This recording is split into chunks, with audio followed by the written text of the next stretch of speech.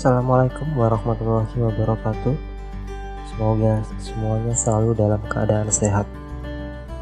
Pada bagian 2 ini, saya berusaha mencari pengertian tentang arti dari etnografis.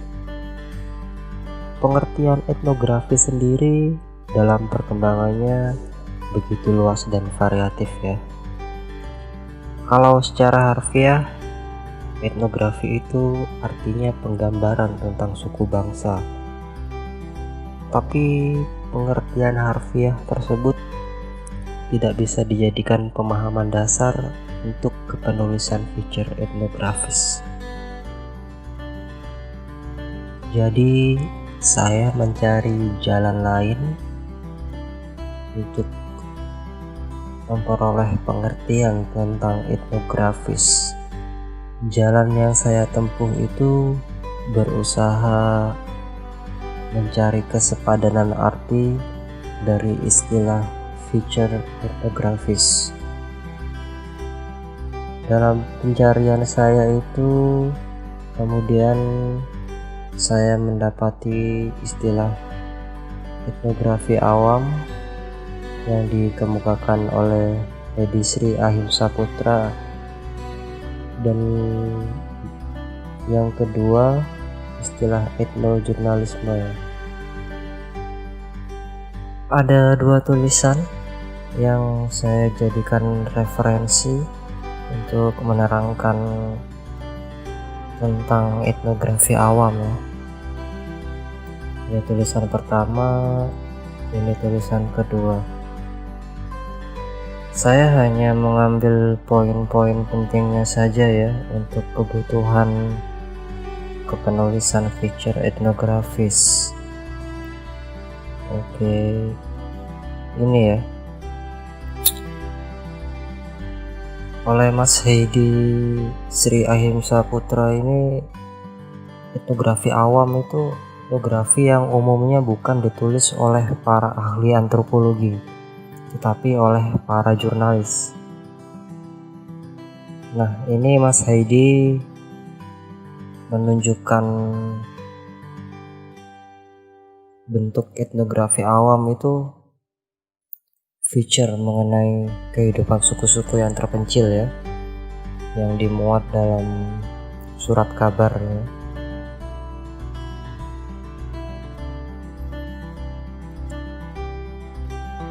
Nah, ini kan kebetulan feature yang dibaca Mas Heidi pada waktu itu. Tapi dalam perkembangannya di dunia antropologi sendiri, kajiannya menjadi lebih luas ya. Nah, ini subject of matter-nya menjadi lebih luas. Tidak sebatas hanya etnis atau suku bangsa, tidak sebatas desa, tapi juga kota ya.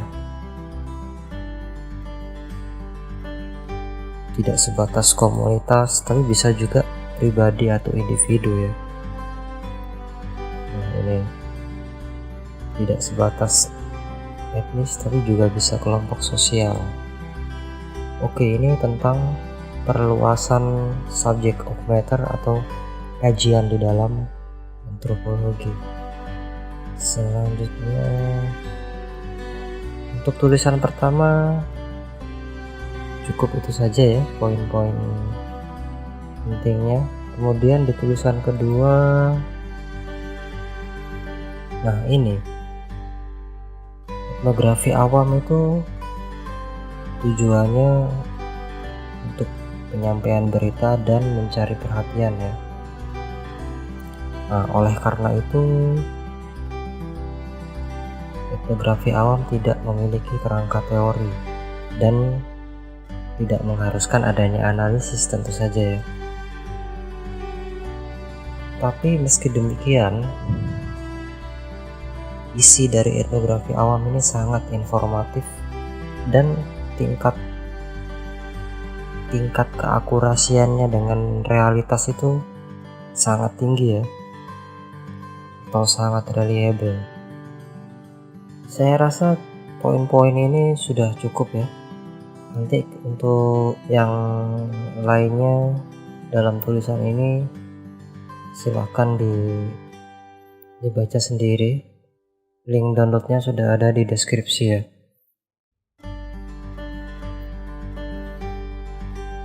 Dari kedua tulisan tadi saya mendapatkan 5 poin penting ya. Tapi sebelum itu kita mengenali dulu siapa ini Lady Sri Ahimsa Putra ya.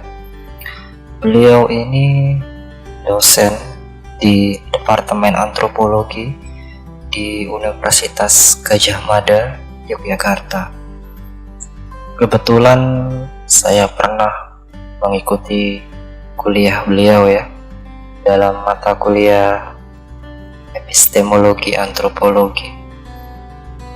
Jadi Mas Heidi ini adalah akademisi ya, seorang dosen. Beliau juga antropolog. Ada beberapa karya-karya etnografi beliau ya. Nah, maka dari itu secara implisit atau tidak disadari oleh Mas Heidi,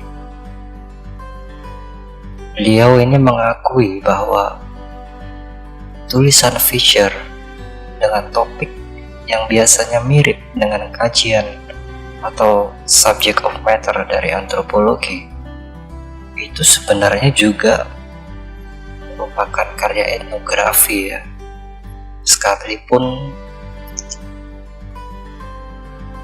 tatarannya masih bersifat awam. Nah, pengakuan ini berasal dari pengakuan akademik tentu saja ya, dan pengakuan dari seorang antropolog.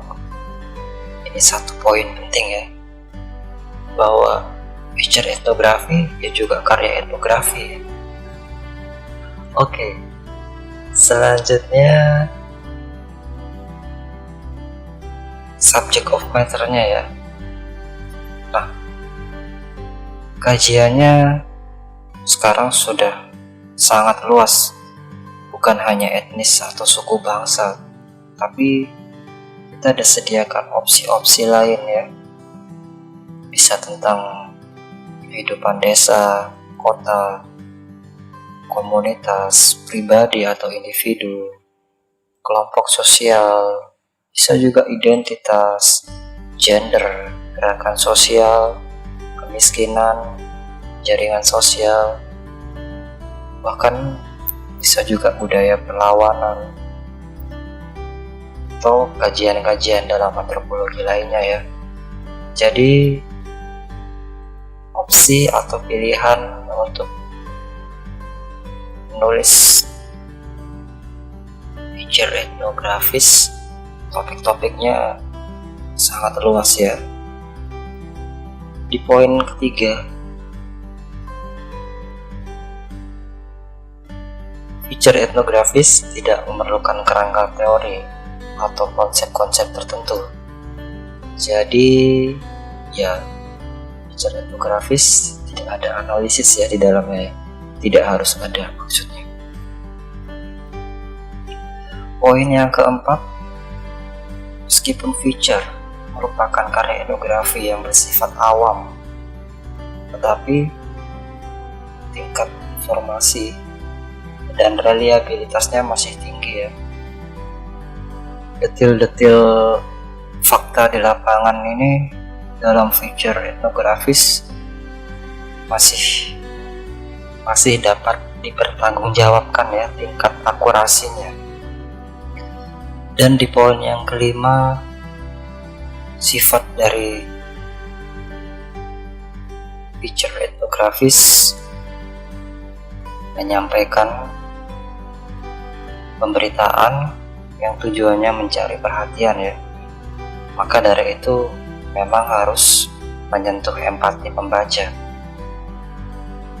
Nah, atau dengan kata lain sebenarnya etnografi awam ini juga dapat kita katakan sebagai feature etnografis ya. Selanjutnya untuk yang tentang etnojurnalisme, saya menggunakan dua referensi tulisan ya. Ini yang pertama dan ini yang kedua. Di sini saya juga mengambil poin yang terpenting saja ya, agar nantinya lebih mudah dipahami. Cuman satu poin aja sih sebenarnya di sini ya. Langsung saja ke pengertian etnojurnalismenya ya. Ternyata di sini pengertian etnojurnalisme itu adalah cara kerja jurnalistik yang menggunakan metode penelitian etnografi. Dan yang dibahas di sini salah satunya melalui observasi partisipan. Oke, mengenai sedikit tentang bagaimana observasi partisipan diterapkan dalam pencarian informasi ya. Dalam tulisan Fijar, saya menuju ke tulisan yang kedua.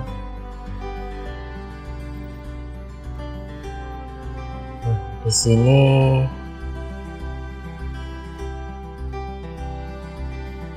yang dimaksud observasi partisipan itu tidak hanya sebatas mengamati ya, tetapi juga merasakan. Dan yang dimaksud etnografik jurnalisme di sini adalah observasi partisipan dengan teknik melebur ya, dan ini sudah menghasilkan karya Fijar etnografi yang ditulis oleh Ted Conover ya. Judul bukunya New Jack. Oke, kita lihat Fijar etnografis New Jack ini ya. Kebetulan saya dapat ya. New Jack ini tentang kehidupan dalam penjara ya. Jadi Ted Conover ini dia untuk bisa masuk ke dalam kehidupan penjara, dia melamar menjadi pegawai penjara ya. Dan saya sempat melihat wawancara Ted Conover ini di YouTube ya. Dia bilang pengerjaan New Jack ini ya kurang lebih setahun ya. Fijar etnografis New Jack ini sudah bisa lah dijadikan parameter atau tolak ukur dalam menulis fijar etnografis ya. Hanya saja yang disayangkan waktu pengerjaannya ya lama, 1 tahun, dan menghasilkan buku ya. Yang saya harapkan itu pengerjaannya tidak usah terlalu lama, cukup bisa menghasilkan 2 atau 3 halaman ya, karena kan di awal buat latihan dan belajar dulu ya. Tapi ya itu tadi ya, minimal kita sudah punya standar lah bahwa fijar etnografis itu bentuknya sudah ada ya. Kita bisa menjadikan ini standar dalam pengertian dari segi teknik menulisnya, kemudian pembuatan alur ceritanya, sudut pandang menulisnya, dan lain sebagainya ya. Oke, ketiga bahan ini bisa di download di deskripsi ya. Selamat membaca ya.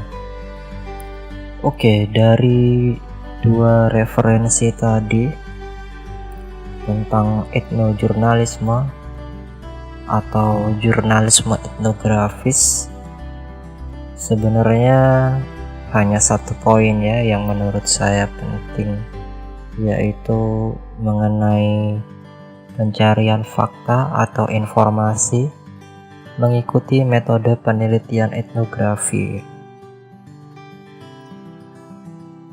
Tadi kalau yang di referensi tadi hanya tentang observasi saja ya. Ini saya tambahkan ada satu lagi, wawancara mendalam ya. Ini saya kasih dalam tanda kurung, artinya nggak harus observasi partisipan dalam jangka waktu yang lama ya, ataupun wawancara mendalam, karena nanti sekedar sebagai latihan atau belajar kita tidak menghasilkan feature etnografis yang bentuk buku ya, cukup feature pendek yang biasanya dimuat dalam surat kabar ya. Nah, ini nanti tentang pencarian fakta dengan pengamatan atau wawancara, ini nanti akan saya modifikasi supaya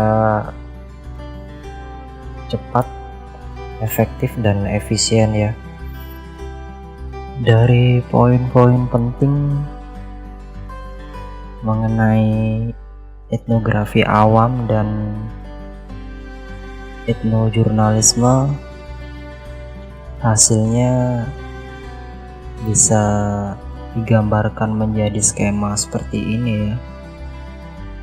Saya memilih untuk tidak mendefinisikan apa itu etnografi ya, khawatirnya nanti malah bisa membatasi kreativitas dalam menulis.